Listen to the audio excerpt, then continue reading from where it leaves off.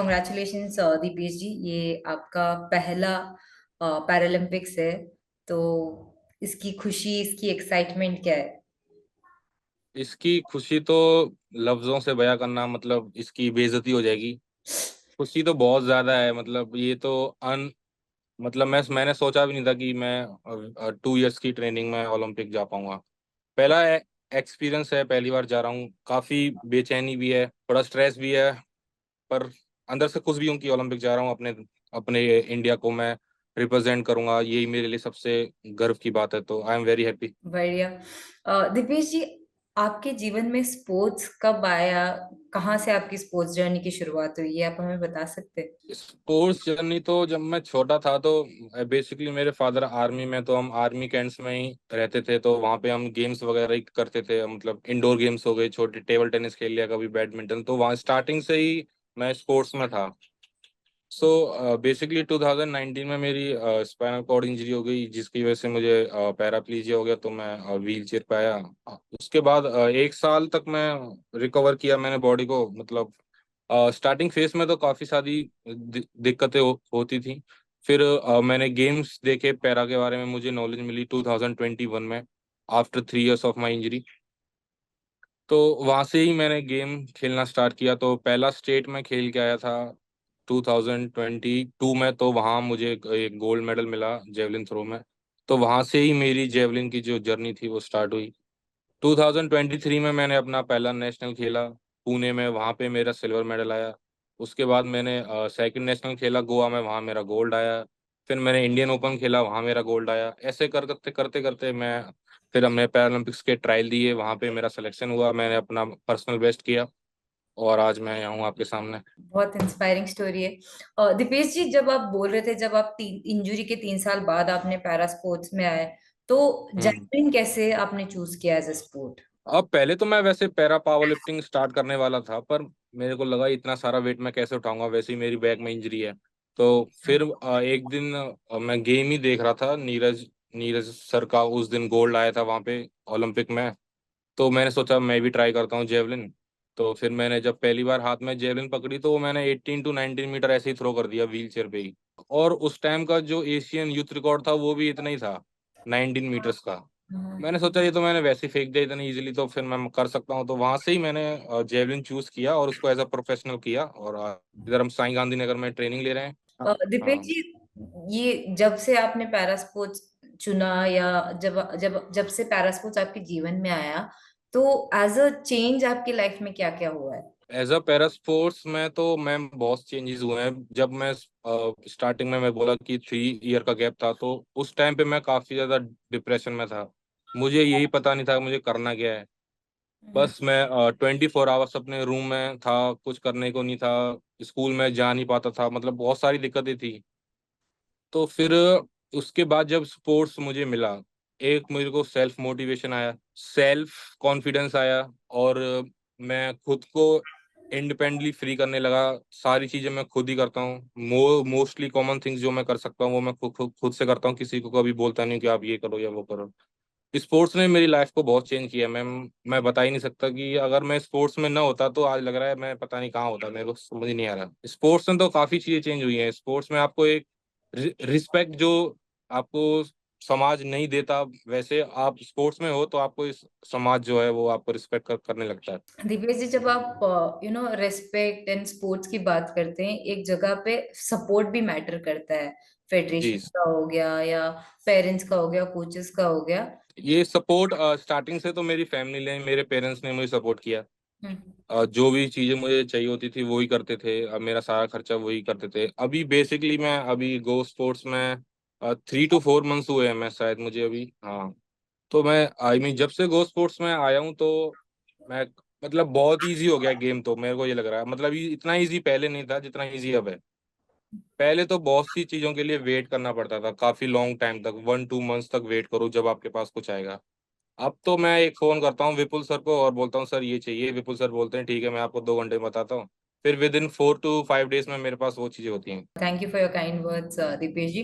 दीपेश जी, आपकी फैमिली का क्या रिएक्शन था जब आपने बोला कि नहीं, अब मैं स्पोर्ट्स करूंगा, मेरे को पैरा स्पोर्ट्स में ट्राई करना है? हाँ, तो फैमिली का तो सबसे मेरे पहले फादर बोले रहने दे, अब तू क्या स्पोर्ट्स करेगा, अब नहीं होने वाला।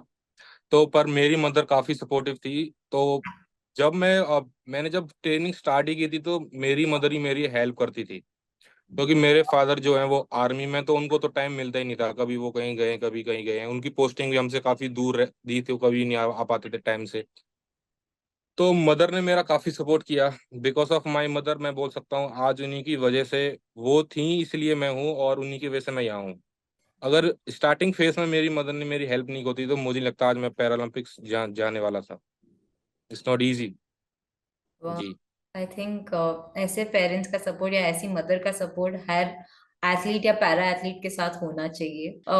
दीपेश जी, जब आप बोल रहे थे कि मैंने जब स्टार्ट किया था एंड मेरा मेडल आया, तो वो फर्स्ट फीलिंग जो आपके फर्स्ट मेडल की होती है, वो कैसे? उसमें हम जब फर्स्ट स्टेट खेलने गए थे, तो हम पूरी फैमिली के साथ गए थे।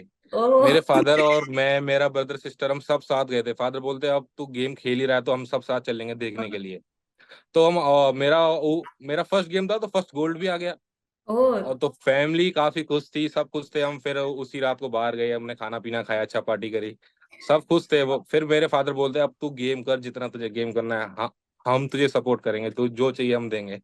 उसके बाद तो फिर पहला गोल्ड मेडल से ही मेरे फादर को लगा ये कर देगा। अब तो फिर उन्होंने मेरे को उस डे से लेके अब तक वो मेरे को हेल्प करते आ रहे हैं। दीपेश जी, तो अब जब आपने स्टार्टिंग में बोला था कि आपकी इंजरी के बाद आप डिप्रेशन में थे, एज ए एथलीट भी बहुत सारी कठिनाइयां आती है, तो आप मोटिवेटेड कैसे रखते हैं अपने आप को? बिकॉज जैवलिन में भी ऐसा होता है कि फर्स्ट थ्रो अच्छा नहीं गया तो सेकंड थ्रो भी नहीं गया, तो अपने आप को एंड तक मोटिवेटेड रखना भी बहुत बड़ी बात होती है। वो तो आप कैसे करते हैं?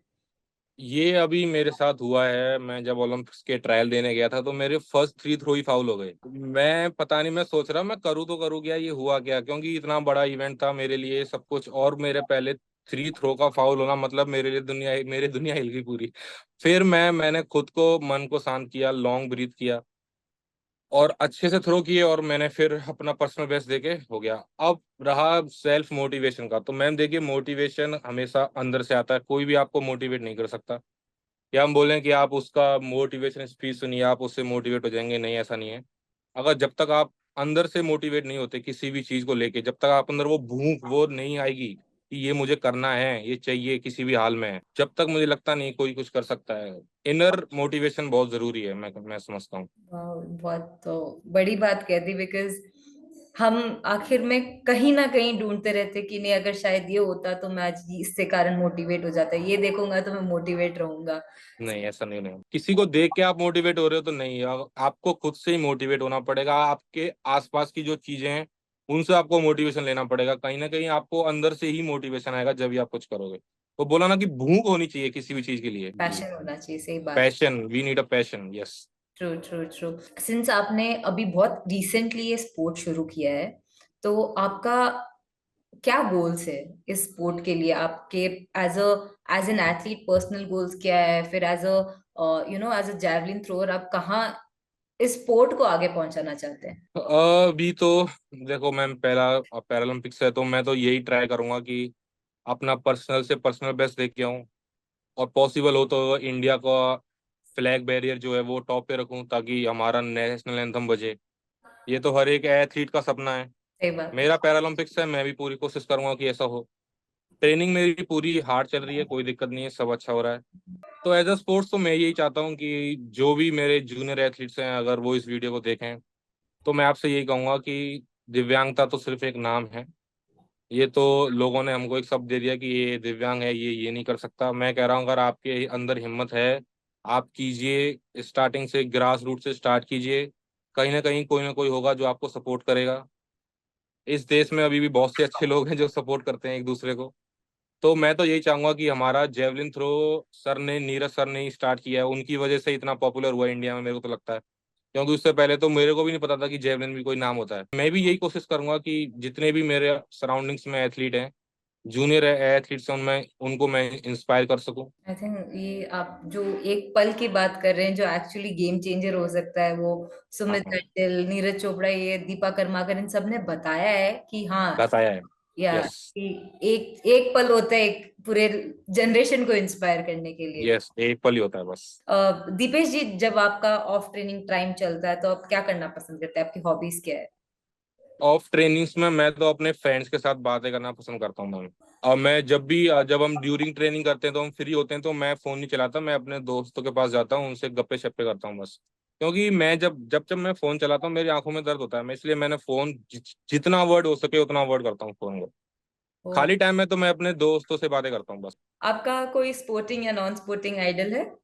आइडल तो नीरज चोपड़ा सर ही हैं, उनसे बड़ा आइडल कौन होगा इंडिया में अभी तो फिलहाल। दीपेश जी, आप वहां पे जब आप पेरिस में जाएंगे तो ऐसा कोई एथलीट है, ऐसी कोई कोच है जिनसे आप मिलना चाहते हैं या बात करना चाहते हैं या जिसका गेम आप देखना चाहते हो? हाँ, मैं बस सुमित अंटिल सर का गेम जरूर देखना चाहूंगा, उनको मैं दोबारा गोल्ड मेडल देखते हुए देखना चाहता हूँ। सुमित सर हो गए, और भी प्लेयर हैं काफी, वहां जाके देखते हैं।